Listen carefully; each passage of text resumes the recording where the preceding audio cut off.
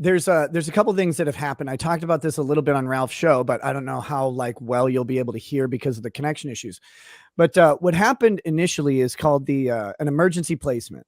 So they raided my house and allegedly pulled some substance out of it that they deemed to be illegal. I'll say allegedly because we don't actually have any admissible testing yet. They do field tests on substances to find out what they might be. And then they take those and send them off to, in Minnesota, it's the Bureau of Criminal Apprehension Laboratory to confirm whatever substance there is and to get official measurements. That hasn't happened yet. So right now they allegedly pulled an illegal substance out of my house. And there's a statute that says if children are present in a home with an illegal substance, then the presumption is that the children are in danger. And this merits an emergency placement. So the kids get placed with family, if possible. We have lots of close families, so the kids are with family, thank goodness. But that happened on the 23rd. What happens next is you get a child in need of protective services trial. It's like a very accelerated thing. And that's where the state has to make a case that the children are in need of ongoing protective services or not. And then you get to make your case against the state that says, like, you presumably, like, I guess some parents could decide that their kids needed it, but presumably you would say my kids don't need protective services. And then you go to court and have a trial on that with witnesses and evidence and all of that stuff. We haven't had that yet. That's coming up in the future.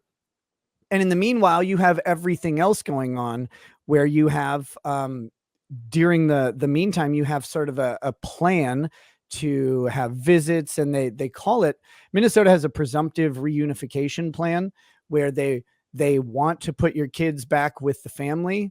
And I put that in air quotes because, well, child protective workers don't always want to do that, even when they say they do, and they sometimes act contrary to that. That process is weird because it happens parallel in court and out of court. So out of court, you do a whole bunch of shit. Like we drug test randomly all the time. Whenever they ask, you go in for a drug test, and all of our drug tests are clean, very, like it's not hard, and no drugs, no alcohol either. So anybody who has any suspicions about me secretly drinking, guys, I got a month of clean tests ever since they started asking for them. Anytime there's a substance involved in Minnesota, it doesn't matter what the substance is or what the involvement is. If there is a substance, they default to abstinence as a requirement, complete abstinence of any substances. So they have that going on. And then you have scheduled visits and supervised visits. And then you work towards like a safety plan and all of this stuff. So that's your parallel planning that's going on with the government, along with your case, which is entirely separate. So you have to do this weird straddle where in your case, you have to posture as, the government has no right to my children. I have the rights to my children. They've infringed on my rights. Whereas with the case plan, you have to comply with what they want you to do if you want to see your kids. And they try to use this against people. They try to get people to make statements or to gather evidence against them in the process of complying with getting their kids back. They're like, oh, well, you just got to tell us about all your stuff.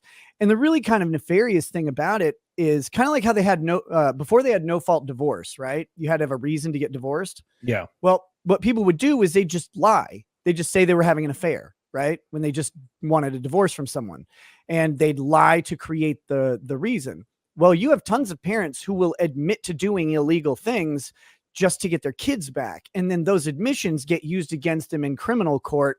And basically, a lot of times it doesn't end up in prison. So they're perfectly happy to make an admission that'll then get their kids back, but then they'll get a felony charge or whatever and end up on probation. But if you're trying to actually defend yourself, it makes it very difficult because the government decides that you're one thing. And if you want to tell them no, they go, well, no, we've decided that. And until you admit to us that you are what we think, then you don't get your kids back. But you're not getting your kids back on that timetable anyways. It's kind of really deceptive. It's a messy system, but it's the system that we have. And, for some people, like they really probably shouldn't be around their kids, right? Like a lot of people are very dangerous to their children. Obviously, I don't think I am. And I know the internet will have some disagreement out there, but hey, you guys don't actually see my life at all, and that's fine. Like, you don't, there's a reason you don't. But I have to run this sort of parallel track where I'm defending my rights on one hand, at the same time complying with the government as much as possible, without giving them any sort of incriminating statements or admissions that they would try and use against me in the criminal case. People lie to make plea deals all the time. Right. People admit to crimes that they don't believe they're guilty of all the time.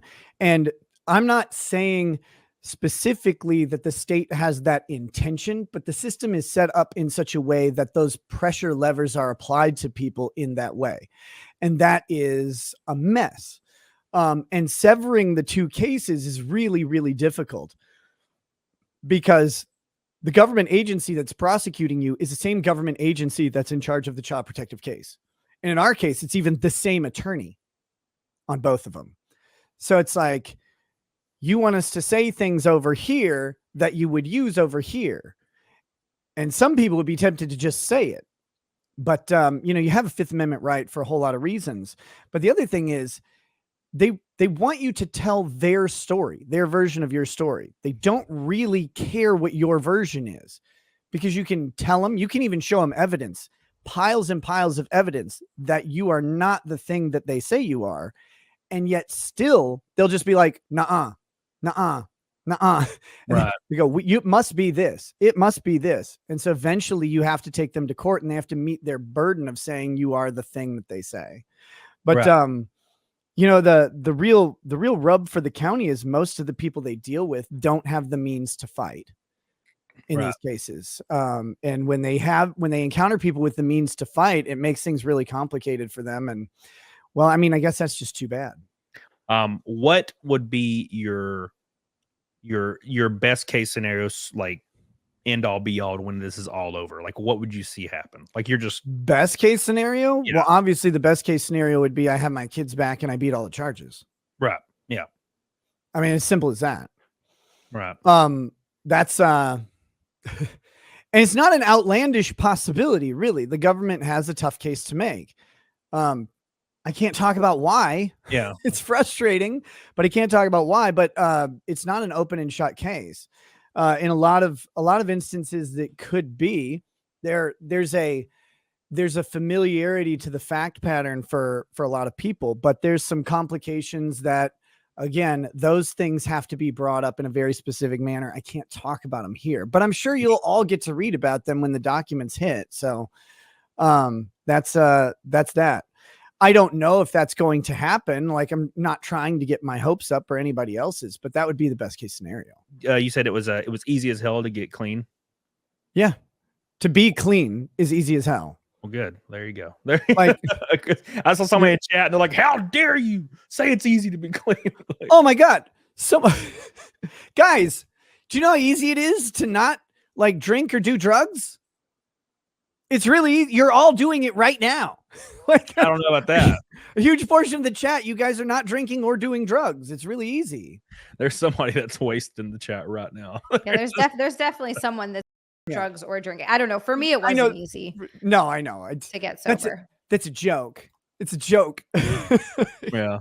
Yeah. But it is easy to not do drugs now, I guess. Oh, yeah. Up until the government asked me to, I was able to drink, right? Like, we paid our bonds, so we had no conditions on the criminal case. And then the family case, they said, no drugs or alcohol. And it was like, up until then I could drink. And it was like, well, I mean, I guess that sucks. But then all you do, I mean, for us, all we did was we just took all the liquor and got it out of our house. Like, so I don't have any alcohol around. So then you just don't drink because you have to not drink.